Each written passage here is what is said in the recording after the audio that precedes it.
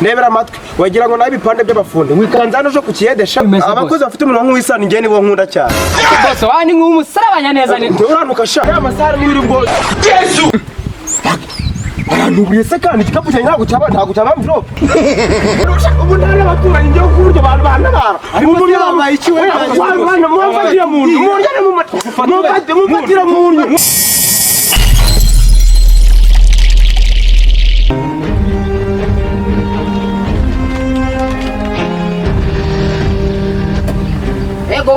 ego wa mugi inzu zintsumba we use abakire bene aha ngaha bari mu makazira akaba barakama umuntu uzi guteka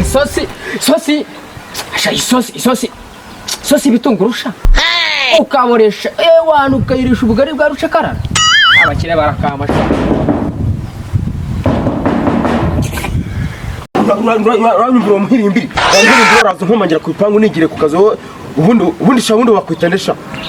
akose boss ekise nyine ngiye banyita mu nnyo ariko nyine ubundi banze kuri rutanisha naje gushaka akazi inaha mu mujyi ese ayo mazina arahesha ariko iryo rashye ndikumva gufata ari mu nnyo rwose ese wagenzwaga n'iki ubundi wo ibintu byose ngiye ndacyaka nabikubwiye buri se ntabwo wambajije amazina yanjye sinakwiga ko nitwa muntu ariko banze ufite amatwi atumva neza wamukire ibintu mbere tangira kuntukira mu kuruga iwanjye ndaguca purusirumu ivumbi riri gutumukira nibwo urabyumva buriya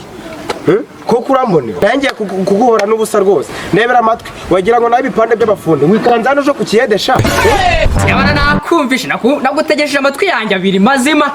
ariko mfite ikibazo cyuko ibyo ngiye kukubwira urumva utari bubyumve kuko ufite amatwi meze nka insibika ishaje yashagira ngo niyo bukenetse izi iwacu mu cyaro ibi ni icy'abanyarwanda njye nabuze icyo ngukorera ubu ngubu nabuze icyo ngukorera wankorera iki se bose nta na kimwe ugize ngo nta na kimwe rwose narakwikundiye ngiye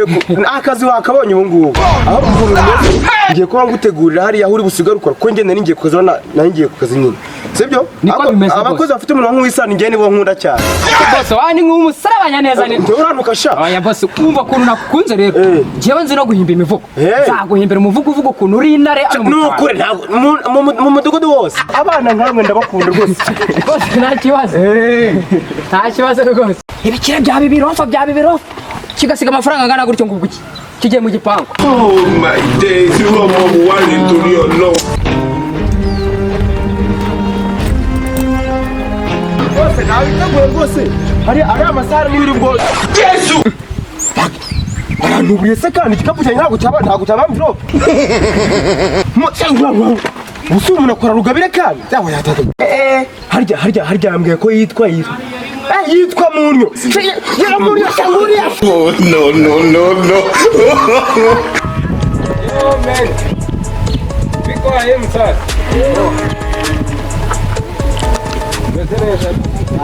nawe ugiye ku gasenta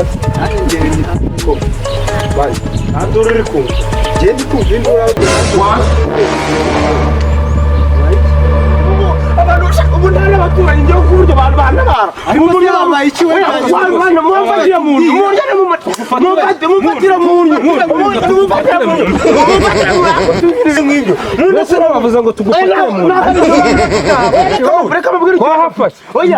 igisambo kinyi cyitwa munyo